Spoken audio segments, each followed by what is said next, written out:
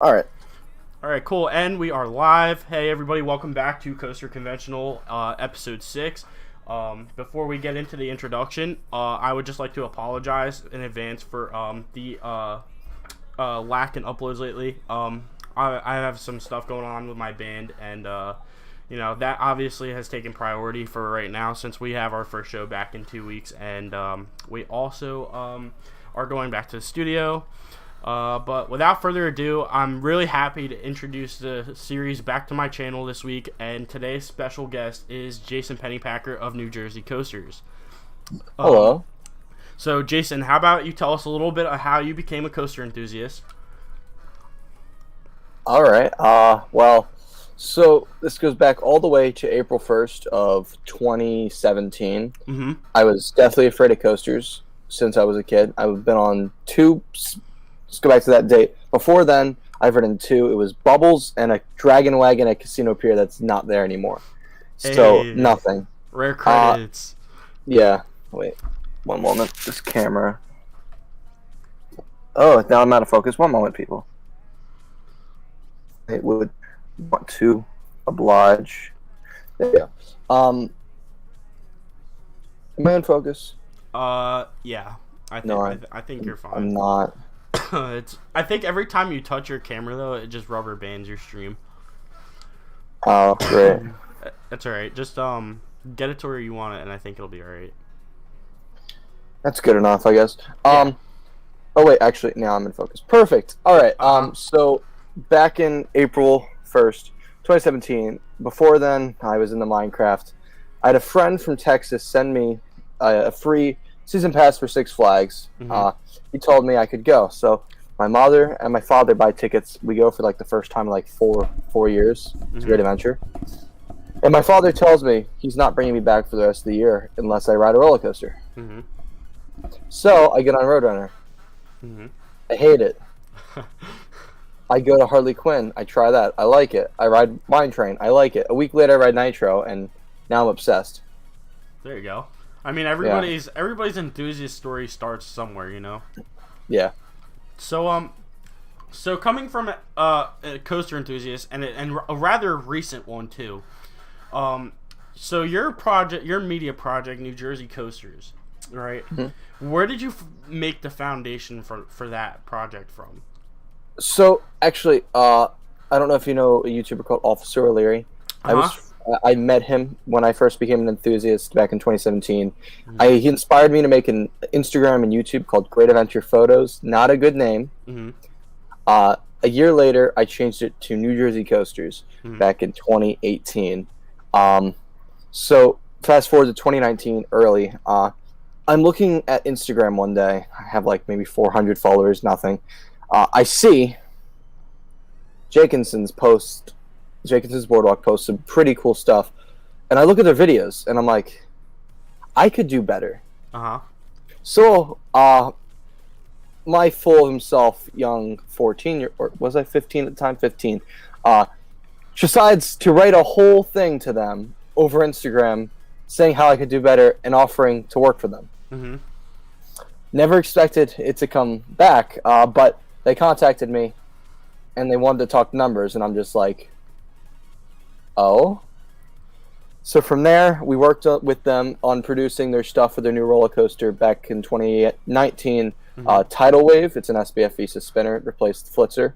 And from there, I've pretty much tried contacting parks, getting contracts, working on relationships with companies like Palace Entertainment and Six Flags. So it's been a fun adventure. So as a media creator, right? So your photography, your camera skills, and etc. Who would you say is your biggest influence on that? Biggest influence from photography and videography. So for photography, my biggest influence was probably BK Photo Page. And I actually kind of, in a way, influenced him to buy a Sony. So we both are friends now. But yeah, he influenced me a lot. So did Janston, if you know who Janston is on Instagram. They both are what I kind of like took my style and tried blending it into, like, both of them, making my own. And then for videography, really it was my own. And then my mounting stuff, I've learned a lot from Upstart Media, and I've grown from everything he's told me. I wouldn't be anywhere I am without Upstart Media. Scott Schaefer, nice guy, really, really helped me out. I agree. I have some personal meetings with Scott myself, and I would have to say, out of that whole group, because he hangs out with Coaster Studios a lot. So I would have to say Scott is probably one of my favorite people out of that group. He's a very nice guy. He's very talented. He's very dedicated to his work, and he's very willing to help other people. I would say him and Alec are probably my favorite people from that bunch of people. Great Adventure, right, is probably, would you say Great Adventure is the foundation for your platform, or... Because your page is called Newjerseycoasters, so... Yeah. Obviously, we would consider Great Adventure, like, the biggest park in New Jersey, correct? Well, actually, I wouldn't. Okay. I would consider probably Maury's Piers, because they are almost as big in the way of attendance every year, and they probably make more money. Maury's is humongous, so, like, I'd probably count them actually bigger than Great Adventure. Okay. So, would you consider Great Adventure your main focus as Newjerseycoasters, or would you just say it's overall New Jersey as a whole? Originally, it was Great Adventure, throwing back to Great Adventure Photos, my old name.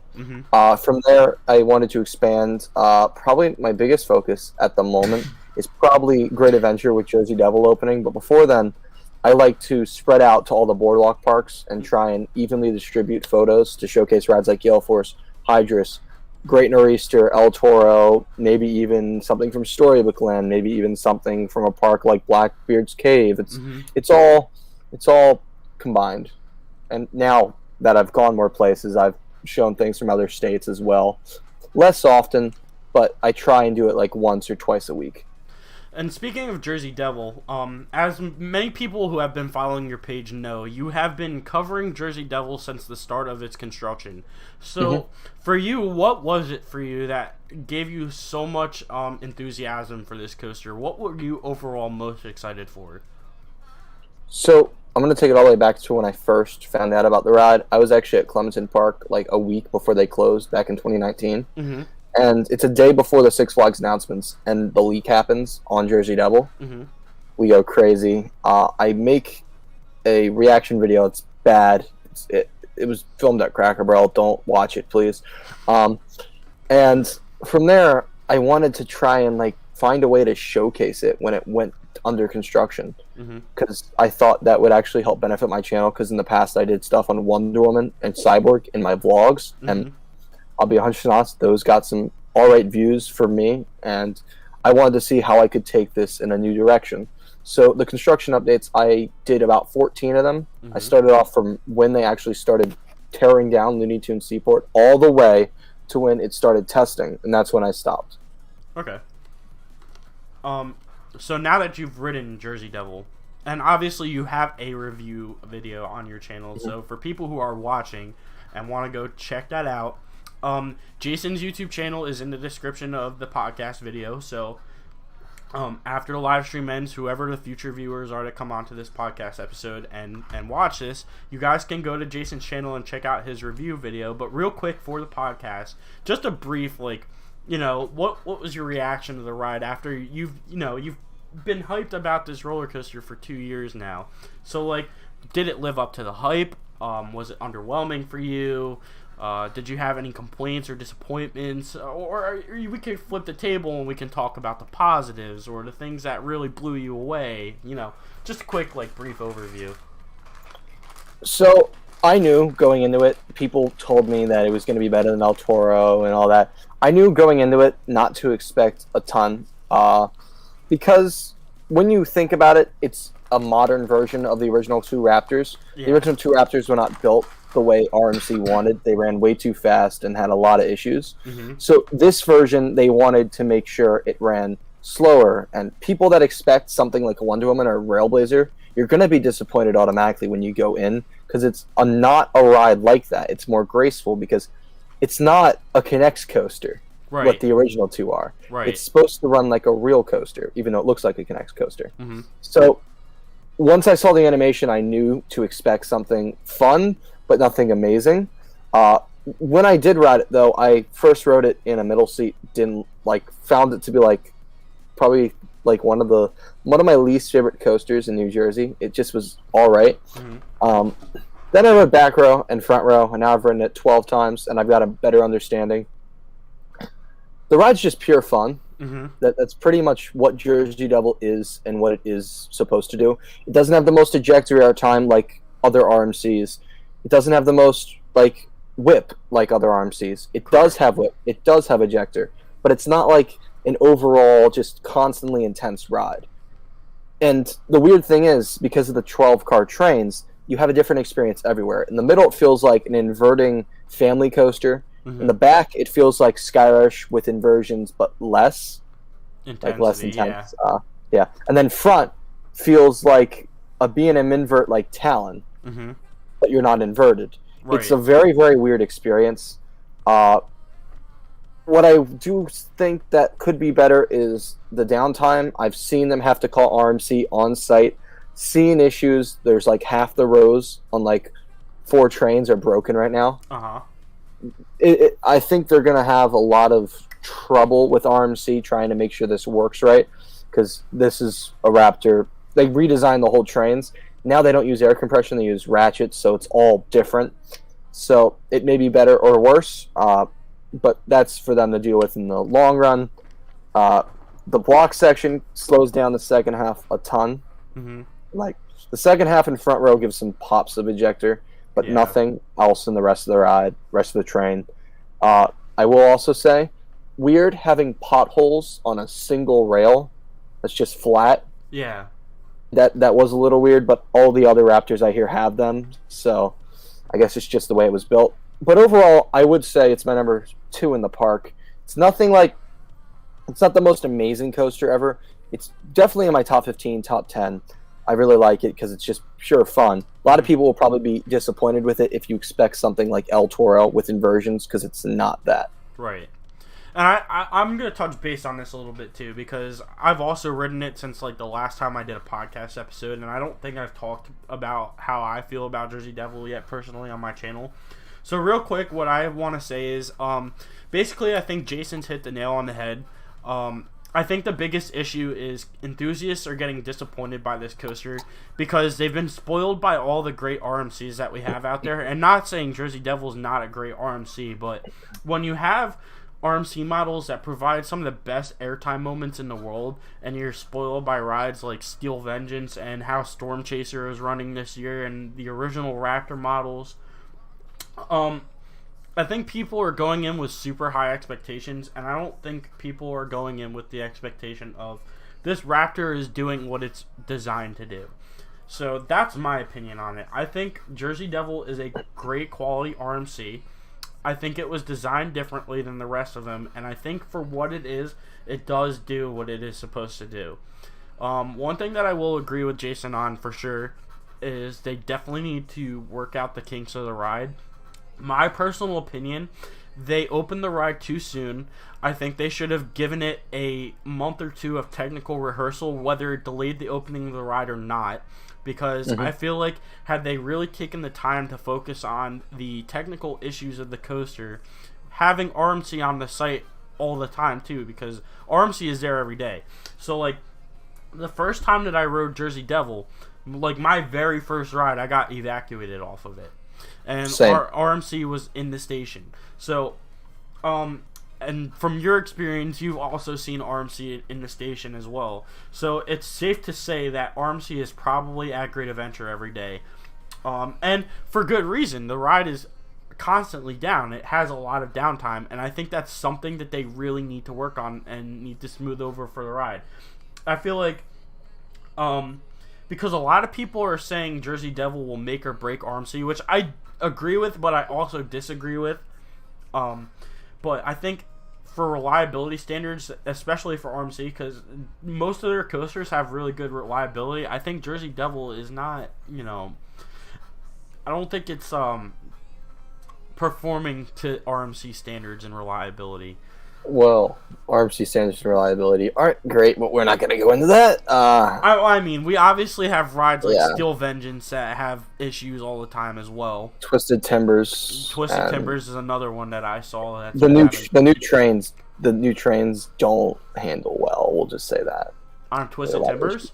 Yeah, the Twisted Timbers and Steel Vengeance trains that are also on Untamed have a lot of issues because they're over-engineered. Does Storm Chaser has similar trains, right?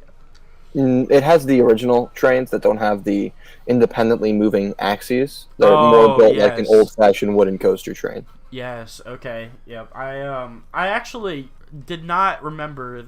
I forgot that RMC introduced that to their trains. So yeah. So that's actually unfortunate to hear, because RMC was really looking to improve their ride experience with that that addition. All right, so moving on, you just recently had a coaster trip of your own. Let's talk about it a little bit. What were some of the highlights of your coaster trip, and what were some things that really caught you off guard that you weren't expecting? So my latest trip, I went to Darien Lake, and we wanted to do other parks. Nothing else was open in the area, and Fantasy Island's closed, as people know, and Marineland was open, and Canada's Wonderland wasn't open. But you can't go to Canada, so there's nothing else for us to really do besides Seabreeze. So we decided to skip on that. So really, it was just Darien Lake, and on the way back, we stopped at Dorney. Darien Lake is a very weird park in the way that it feels like a Premier park.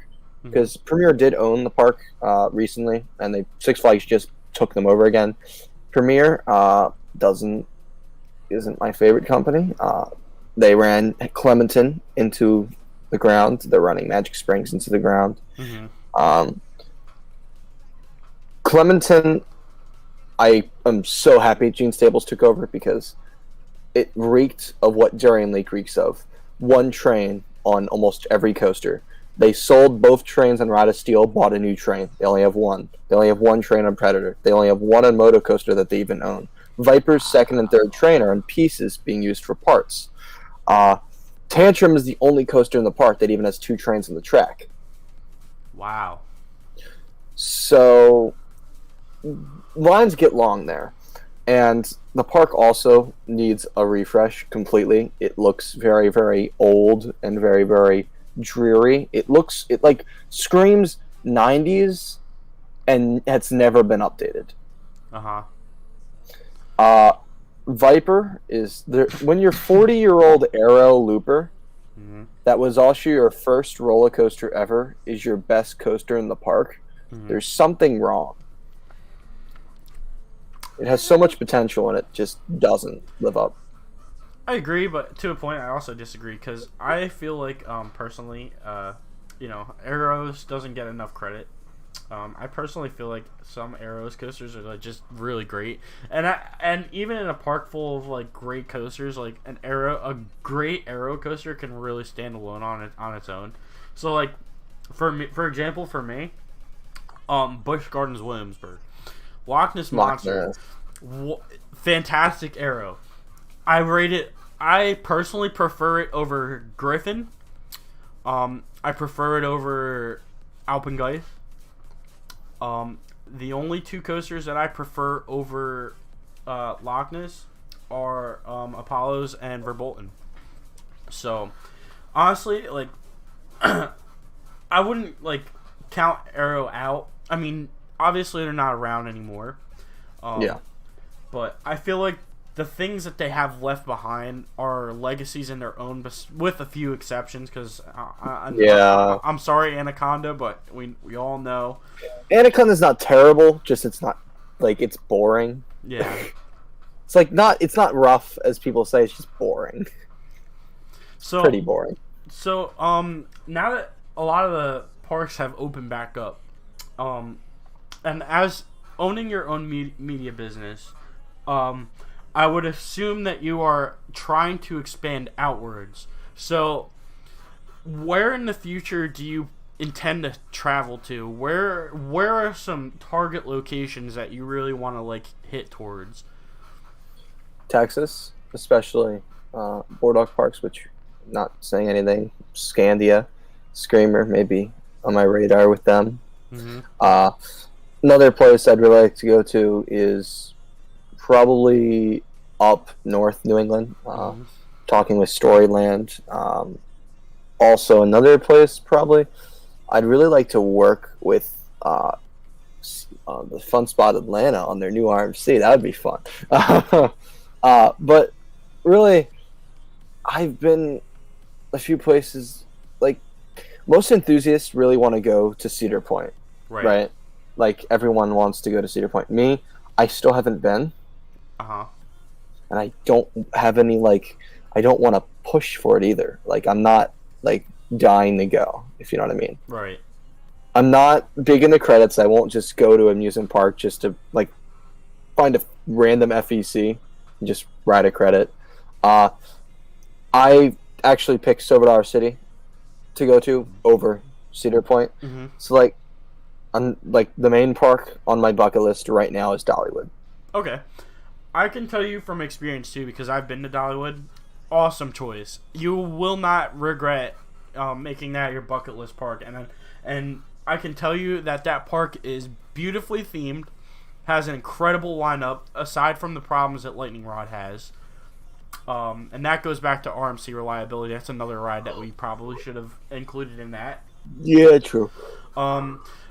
They have great lineup. The food is great. There's a lot of entertainment. A lot of their rides are greatly themed. Dollywood is definitely an impressive park, and I would definitely consider it to be one of the top parks in the country for sure. Yeah.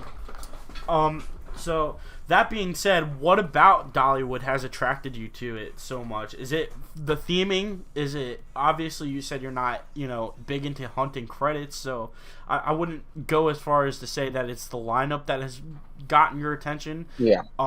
Would you say it's a mixture of everything? What is it for you? Well, going to Silver Dollar City, and I know most people that have been to Dollywood say Silver Dollar City is like the better Dollywood. It's the original. Mm-hmm. Dollywood looks like it has a better lineup, which I want to see, but I loved Silver Dollar City's cohesive 1880s like vibe. Right. And seeing a park that can take sections of that and implement it with 1950s, 1960s, 1940s into different themed lands and do it well, where it doesn't feel like it's overkill like some Disney parks. It like attracts my attention. I'm big in the theming. That's why I haven't really like pushed for Cedar Point. Mm-hmm. I like the old school vibe of an amusement park trying the theme. Like Silver Dollar City is beautiful. I love the old fashioned craftsman that you can go shop at a leather maker, because literally my car keys have a Silver Dollar City, my initials on a piece of leather. Mm-hmm. My mother had one that she got in graduate school when she went there, and it's still like she's had it for like 40 years and it's still fine. So Silver Dollar City, all its craftsmen, everything, I'd love to see another park like that. Mm-hmm. And also I want another park like that, because then I can get more credits, but So it seems like you're really like diving into like how the atmosphere of a park is, and I really like that too, because that's another thing for me as well. When I go to a theme park, I definitely look at like what kind of vibe that park is giving me. So that's basically like how I would rate my theme parks. So like Busch Gardens Williamsburg like is my favorite park. Dollywood is my second. I think the theming of Busch Gardens is just so brilliantly planned, because they separate. There's certain parts of the park that are separated and themed to different countries. And on top of that, they go above and beyond on all their theming. So I really I agree with you on that standpoint. Another thing too, so since we're on that topic, what is your opinion of Knoebels? Because I personally feel like Knoebels is one of those parks that has nailed that really early classic family friendly like vibe. I'm not the biggest fan of Knoebels. No? Why not? What don't you like about it? I love the people there. I love the staff. I just disagree with every golden ticket they've won. Mm-hmm. Phoenix isn't. I don't love Phoenix. I like it. I don't love it. The food there is fine, but like Silver Dollar City and Dollywood have better food. Mm-hmm. The lineup is fun and everything. It just feels to me like a really nice carnival. Uh-huh. which isn't like my cup of tea, Mm-hmm. but I do love the park. Just it's not like my favorite place. Like if we look at a park that actually, in my opinion, has captured a more better vibe, even though a lot of people would disagree. I love Kennywood Mm-hmm. because of its classic stuff. Like it doesn't look like it's been updated in like 40 to 50 years. It has the old school fountains Mm-hmm. everywhere. It still has all the old fashioned facades that you'd see amusement parks add back in the 1930s. It still has all the old school neon lights. So that's like a park that I think is underrated in a way because of its vintage appeal. Knoebels to me though is just it's a fine park. It's just nothing special in my opinion. I think, I can definitely see where you're coming from. As far as Phoenix goes, I will say this, and I tell anybody that has never gotten the best rides on Phoenix, they hold an event every year. I don't know if you've ever been to it. It's early October. It's called Phoenix Fall Fun Fest, and they double grease Phoenix. So, and also they're open later. Like I think the fall is like really like the only time of the year Knoebels is open past 5:00. Yeah, I went in the fall last year and rode it at like 10 p.m. Okay, so it didn't really alter your opinion of it that much? Nah. Okay, fair enough. I actually kind of find the airtime to hurt. Every time after I came out of my seat, I landed halfway on the really stupid seat divider in those PTC trains, and I got a bruise from it, and I was just like, is pain really mean fun sometimes? Is it really worth pain to get like crazy airtime? It depends on the person. I will say that's very situational because even like me, like violent ejector airtime, like my rides on Storm Chaser this year at Keys of the Kingdom, the ejector airtime is just you know how RMC has those shin guards on their restraints. Well, Wicked Cyclone in the rain made me hate those shin guards because that thing runs steel wheels, so when it rains, it slicks up to be like 5 times faster. Yes, hurt. And Storm. That's what they put on Storm Chaser this year. Hersham bought new wheels for Storm Chaser. They are actually using the steel wheels on it now. So Storm Chaser is running much faster this year than it ever has before, and because of that, it is providing much more violent ejector airtime. So like on pretty much every airtime hill, you are standing in those shin guard protected lap bars, and it can get pretty. Better change those restraints, or you're about to lose your feet. They're just gonna come right off. It can get pretty painful at some points. Me and Extreme Thrills were riding it, and when we came to the Trick Track double up, me and him both looked at each other and we agreed, like, there are some moments on this ride where there is just too much airtime. Like, and that's coming from me, somebody who absolutely loves violent ejector airtime, hence why Sky Rush is still in my top 5. But yeah, so we'll get back into some of the topics we have here. So going back to Kennywood, is that a park that you could see yourself expressing interest in working with as far as your media company? Can't say anything. Okay. We already have. Alright. So, you heard it here first, everybody. Jason has something in the works, so stay tuned for that. Maybe about 3 weeks I'll be out there, so. Okay. Alright. And real quick, for the people that are watching right now, prepare your questions now. Towards the end of the podcast, me and Jason will answer your guys' questions. So you guys can start asking them now, and then later on we'll go back up and we'll answer your questions. Thanks. Also, I just want to say to Jake, thank you. I like my beats. Thank you. Alright, so, So, as far as traveling goes, right? How restricted on traveling are you? Well, I'll be 100%. I'll be 100% honest. I try and find clients where I go if it's over like 5-hour drive, because I don't have a ton of money to just travel outright. Like I've wanted to go to Busch Gardens for Williamsburg for like 3 years now.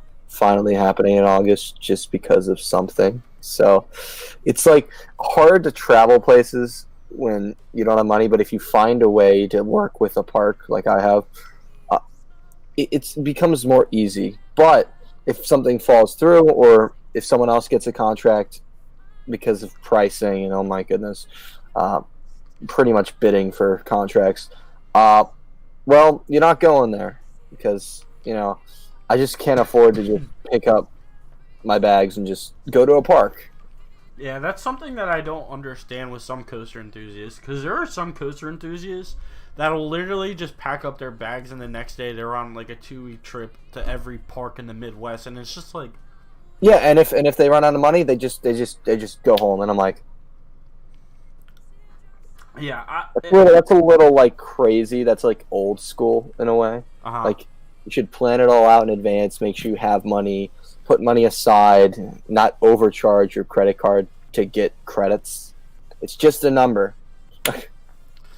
Yeah. But through my point of view, like, I just don't understand how some enthusiasts can pull that off. Like, I really would like to know what kind of jobs some enthusiasts have where they can take off for however many weeks multiple times in a year and not like get reprimanded for it or whatever. You know what I mean? Like, my job, I'm restricted on how much time I'm allowed to take off. They give us 3 weeks out of the year, 1 for personal and 2 weeks vacation. If I go over that, I get written up. Like, that's just, there is to it, and it's fair. Like, I can't like argue that and be like, oh nah, no, like I made the decision to take the time off that I did, so I should be thinking about, oh, but what if I get sick or need time for that? Obviously they'll make exceptions for like super major illnesses, but my point is, like, I want to know what kind of jobs these guys are working. They are able to travel the way they do, and money too. Like, can't be cheap to be traveling like that. You know what I mean? Yeah, it is. So you said you're going to Busch Gardens in August? Yes. All right. When you go there, I would like you to get back to me on how you feel about that park, especially because it's my #1 park. I want to know how you feel about it. I don't think it's going to be Silver Dollar City for me, but it's probably going to be my #2. Okay, fair point. I have never been to Silver Dollar City, unfortunately, which is one of my bucket list parks, because everybody raves about Time Traveler, and it is a ride that I feel like I need to ride since everybody raves about it. I love it. It's my #3, so. All right. Speaking of coaster, don't expect the most intense ride though. Don't expect. It's like somewhat like graceful, but I love it still. It's whippy though. Speaking of coaster rankings, what exactly would you consider your top 5? I actually have this from the top of my head. #1 and 2 constantly flip depending on how I feel about El Toro. It's #1's right now El Toro. #2 is Phantom's Revenge.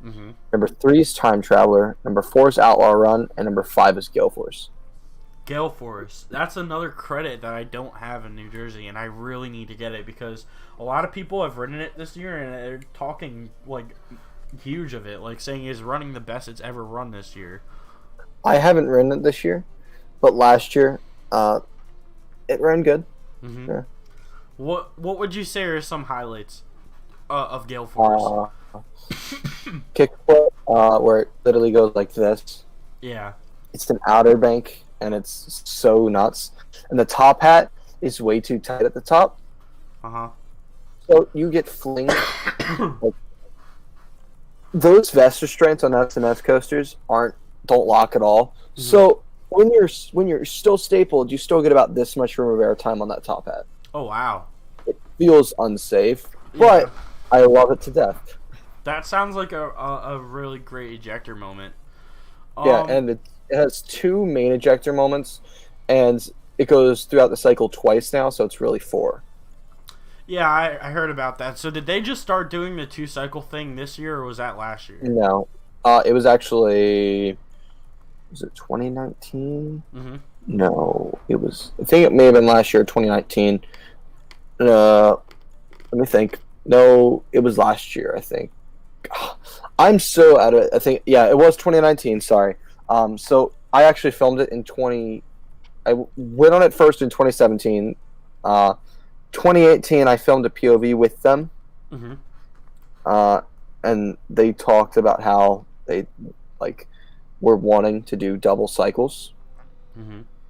because it would just give people more bang for their buck because the ride costs a lot to run and they don't want to lower the $10 price. So making it a longer ride, they felt like would make people want to come on it more. So in late summer, I think August 2019, they started running it double cycles. Mm-hmm. And it was really easy to change, they said. All they had to do was tell SNS to change a number in the program, and that was it.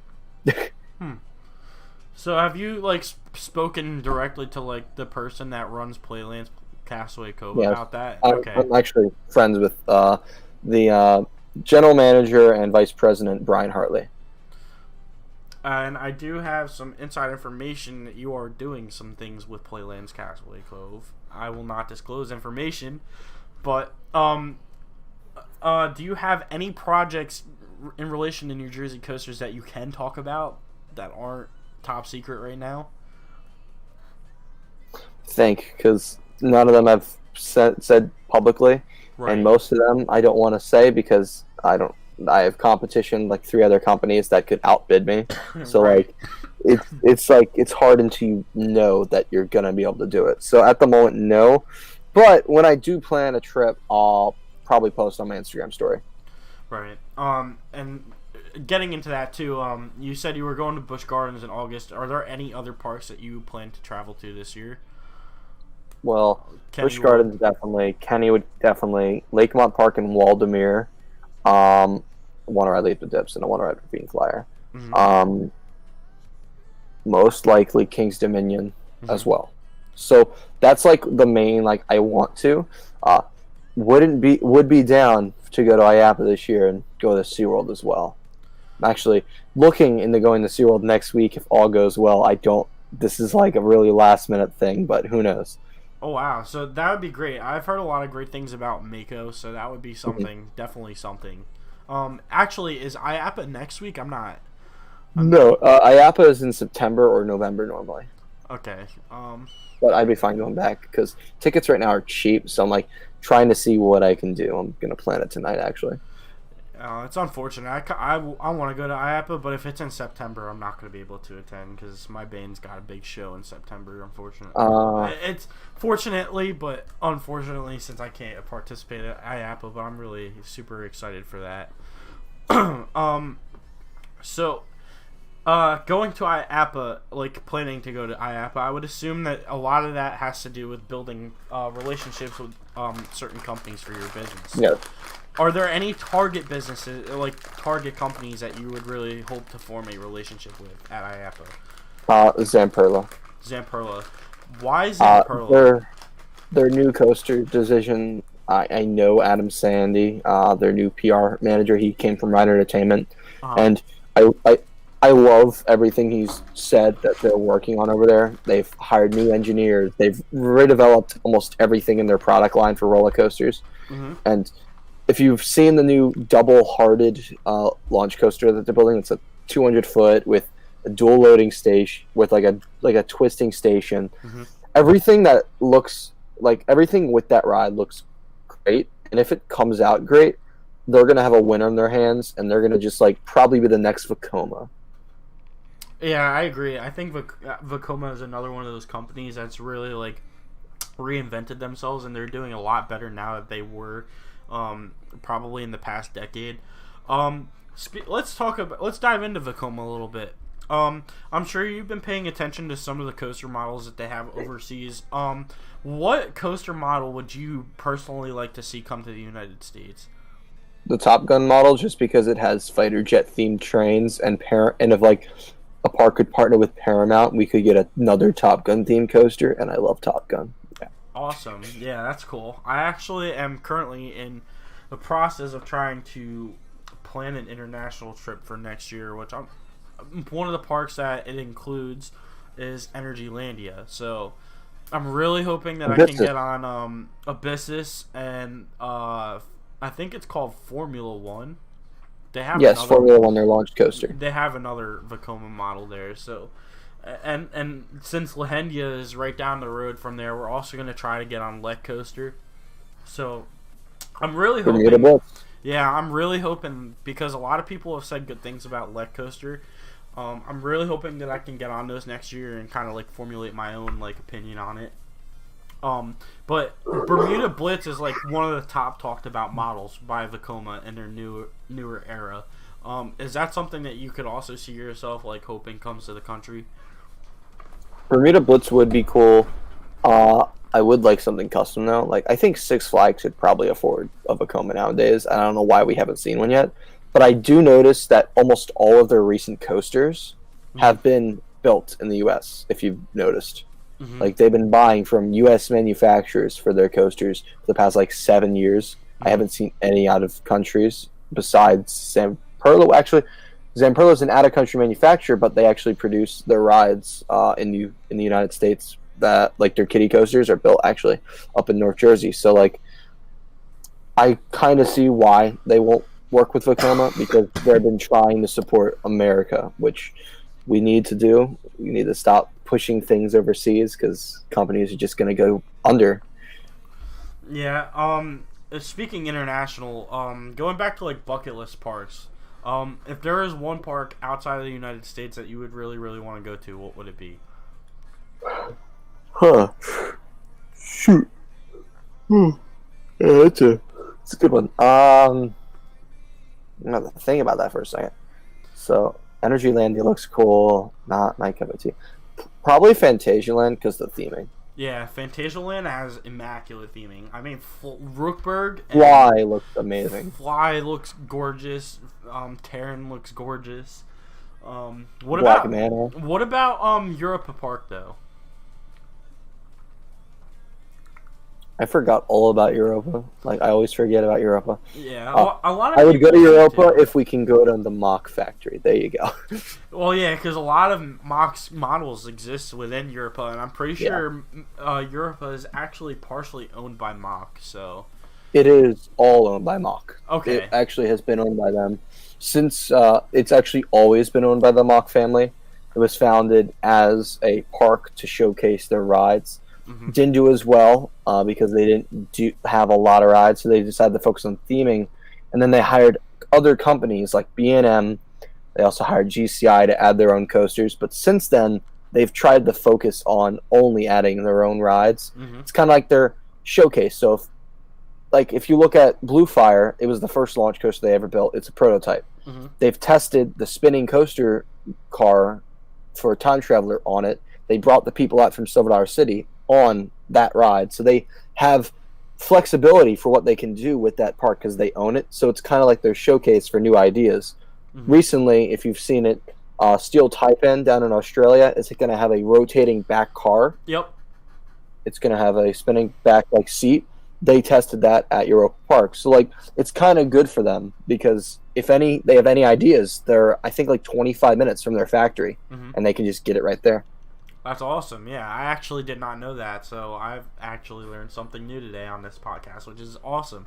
This podcast is my main focus for this podcast is I just want to spread, positive vibes throughout the community. Give people the opportunity to come on here and even though you have your own platform and some of the other guests that I've had on here have their own platform, just really express their love for what they do and all around just positive energy and that's the vibe that I want to keep for this podcast. So I am really grateful that every person that I've had on here thus far has kept it that way. So is there anything that you want to kind of tease for some people on here, or? I tried reviews. People liked it, so more of those, I guess. But at the moment, I'm working on 2 commentary series that have been a little crazy to work on. Scripts for them are hard. Once I get them out, we'll see how they do. But I don't want to say anything on them yet. Okay. Is there?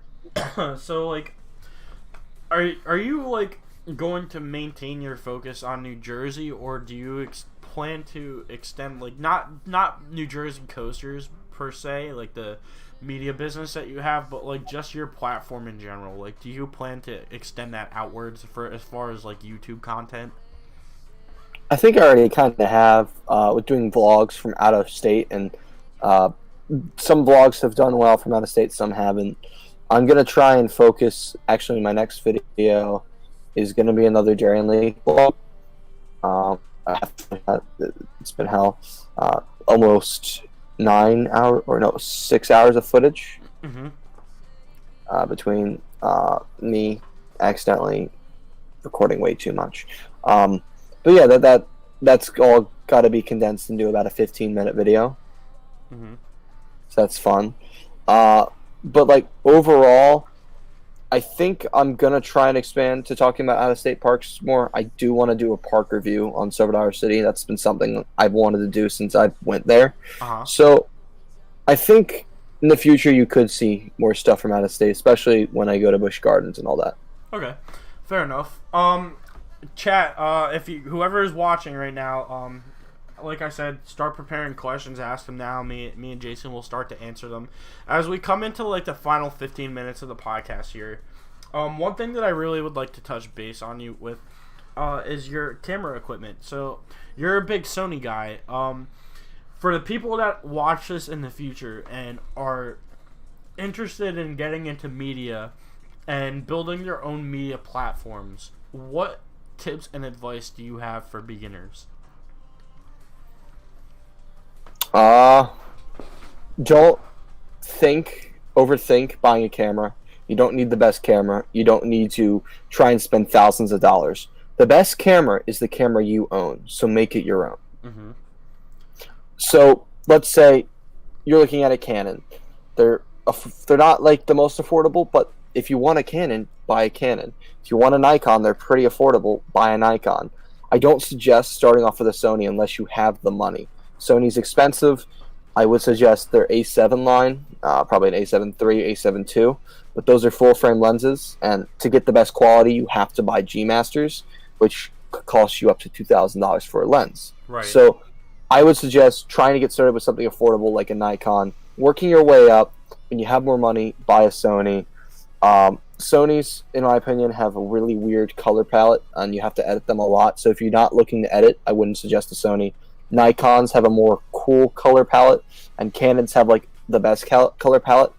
But Canons and Nikons are also cheap, where they have plastic bodies and plastic lenses, compared to Sony's metal bodies and metal lenses. So it all depends on what you're willing to pay and what you want. All right. I can actually like attest to that because I myself just got into photography within the past few months, and I was actually also going to buy a Sony, and I looked into getting a Sony Alpha 7 III model, and you know that price tag is hefty. Like just the body alone for that camera is like $3,000 almost. Yeah, it's a lot of money. So I settled for an $800 Nikon D3500, and honestly, like, especially for photography, like, if you're getting real into photography, the camera and the lens is half of the deal, but the other half of the deal is your editing ability. So, like, if you guys really want to, like, grab people's attention with your photos, really focus on your editing skills, because editing is a huge part in it. Like, my camera doesn't do very well in dark lighting, so I use Adobe Lightroom, and Lightroom is one of absolutely the most amazing editing softwares there are for photos, in my opinion anyway. And like, I can take a picture of like a coaster, for example, and it'll look like a complete silhouette, but I can just throw it in Lightroom and I can make it look like crystal clear, great exposure, nice coloring, you know, and it looks like a really professional photo, and like, editing's definitely got a lot to do with it. So for anybody who watches this and is very interested in getting into like photography, especially, like, definitely look up like editing techniques, you know, get a free trial of like Lightroom, go take some pictures on your phone, even throw your pictures in Lightroom, and you know, practice your editing. like, I'll just throw up an example here. I've recently posted a Jersey Devil photo. Mhm. This is the photo. It's hard to you can barely tell, but it's very overexposed with the background. Then I go to the actual photo, and it's not. It doesn't want to focus on it. Can I Yeah, get it to? it's Can I get it to maybe? I may be able to. Better. Nah, it's not showing up. I hate my camera sometimes. Let me just focus that again. But yeah, like, it all depends on how good you are at editing. And I would suggest don't pull the route like I did when I first started. Don't shoot JPEG. Invest in a high quality SD card, preferably Lexar. Much better than SanDisk in my opinion. And shoot RAW. Learn how to edit RAW. RAW photos have so much more data than a JPEG, and it just looks so much cleaner. Mm-hmm. I actually am not completely sure what I shoot my photos in. To be honest with you, I do have a SanDisk card in my camera. I have a 128 gigabyte SanDisk. We're gonna have to get you in the Lexar then. Yeah. Here, I'll just take this out of my camera right now. You guys are literally. Oh wait, it's not in the camera right now. It's down here. Oh well, there goes my headphones. This is actually one of my camera bags, one of my many camera bags.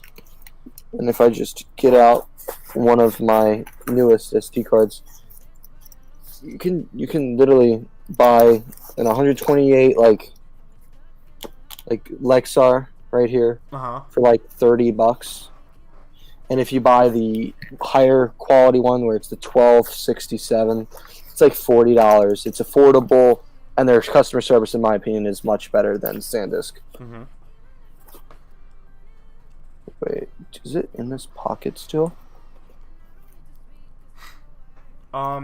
So what would you say, like, what would you say is, like, the difference in quality in, like, having a SanDisk versus, Honestly, every SanDisk I've had has corrupted on me at one point, where every Lexar I've had hasn't.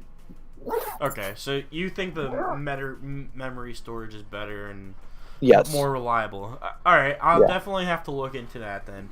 I personally haven't had any issues with my SanDisk yet, but does... Okay. So say if I do run into that problem, I'll have to look into switching over to Lexar. Like, this is a 1667 at 250 megabits a second. Mm-hmm. Costs like $40 on Amazon, so... Awesome. It's not bad. Is there any other like gear like that you would recommend for beginners? Not at the moment. I'm like drawing a blank here.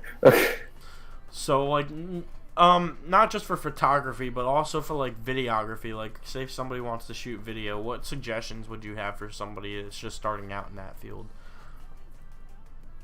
If you're just looking to shoot video, yeah, and you don't want to use, like, you don't need to zoom in, honestly, your phone is your best option at the moment if you are on budget. You can make a vlog with a computer, like Final Cut Pro, like Premiere, using an iPhone. Like, this is an iPhone 12 mini. Mm-hmm. It can shoot at 4K, 120 frames. Your best option if you're looking to shoot video that isn't going to be professional, just for yourself, to make vlogs, have fun with it, and not invest a ton of money, just use your phone. That's definitely something that I would agree with. You know, you don't... Everybody starts somewhere, and you don't always start at the top. So if you're gonna, you know, you have to, like, being in a band, for example, there is an element of being serious that you have to have in it, but there's also like an element of having fun with it. So like, as long as I personally feel like as long as people know the happy medium between being serious and having fun, I think they'll be able to get their platform or whatever product they're trying to create to where they want it to be. We're coming into like the last 5 minutes. Nobody's really asked any questions. We have 5 viewers at the moment, and nobody's really asked questions. Do you guys have any questions for me or Jason? And as we're coming into the last 5 minutes here, is there anything else that you would like to say on the podcast? Uh, Aero loopers are underrated. They're there, I guess, but most people should know that. I believe in Aero Looper supremacy. Aero looper supremacy. All hail. Also, All hail. Spike. Don't say that to No, Angela. sorry, Angela, but circles are bad. They're bad. She knows where I stand. She almost threw soda at me, so like she knows. Oh, dang! Where did you see her at? That she almost threw a soda at you. Her and her boyfriend dropped off a shirt from Frontier City for me at my house, and after they were like, "All right, well, keep it circle," and I started doing this. So yeah, You ain't right. I'm kind of interested. Like I want to try and get Angela on here one of these days, and just kind of like I want to figure out where the spike versus circle origin comes from. they wanted to make a joke of circle, and Coaster Focus Nate wanted to rebel against it. So it created the spike. Yeah. I prefer spike though. Spikes are much better than circles. Honestly, like I honestly have to go team spike too. Sorry, Angela, but like most people should intimate impulses over Larson loopers all. Oh no, day. That's not what it means actually. I know, but some people consider impulses to be spikes. So. All right. Well, I'll take SNS shot towers over Larson's stupid loops any day. Honestly, like when Great Adventure had El Diablo, I rode it one time and I swore it off. I was like, I'm not riding this ever again. Like this is a waste of time. I said the same thing about Cyborg. Cyborg, in my opinion, is just awful. I love Cyborg. I love the hang time. Sorry. Dude, it's so uncomfortable though. I love it. It's not uncomfortable. I don't know. I just feel like the restraints are like super tight on my chest. So when it's doing what it's doing, like I just feel like super claustrophobic in the seat. I don't know. That's probably just a me thing. I remember when I rode it like opening week. Yeah, and it was me and my friend before the motors blew and they toned down the ride cycle. Mm-hmm. There's only two of us. We didn't have a lot of weight, so we went upside down 12 times. And if you look at Cyborg today, it goes upside like 4 or 5 times. Like, it's slow. When we rode it there, I have a video on it on my Instagram from a while back. I'll have to share it on my story after this. It flipped a lot, and it was intense. And if it ran like that every cycle, it would be my favorite flat ride. Wow. Honestly, I think Wonder Woman's my favorite flat ride. I love that ride to death. My favorite is probably Houdini's Great Escape or any Vekoma Madhouse. I've never been on a Vekoma Madhouse. You never been on Houdini? No. Oh, wait, no, wait. I did ride Houdini once, and I did not like it. I love it. I did not like it. I love watching people think they're actually upside down, screaming, and just terror in their eyes, and then me just like, haha, room go, spin. Yeah, honestly, like, I don't know what it is about it, but I guess I was just too young to like enjoy it. I'll have to give it another chance. I think I rode it when I was like 12. Right? Yeah, the room spins while you're sitting straight, so it gives off the illusion that you're going upside down, but you're not. You don't sit straight, actually.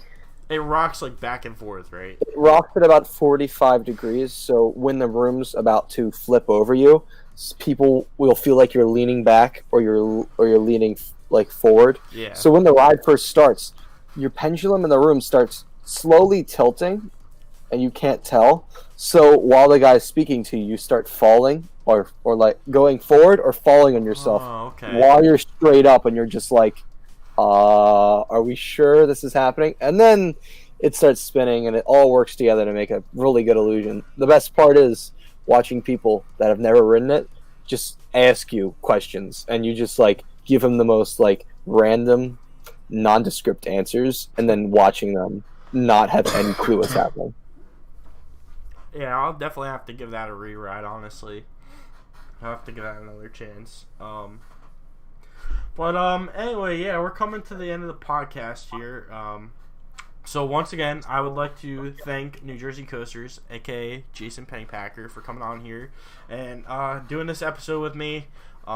We've been trying to get this going for like 3 weeks, and I apologize to everybody once again. There's just a lot going on, so I'm gonna try to be consistent with podcast episodes again. So stay tuned. The next one that I have scheduled is for next Wednesday, where I skipped out on Monday due to the fact that Monday is Independence Day observed, so I'm sure there's going to be people spending time with their families. As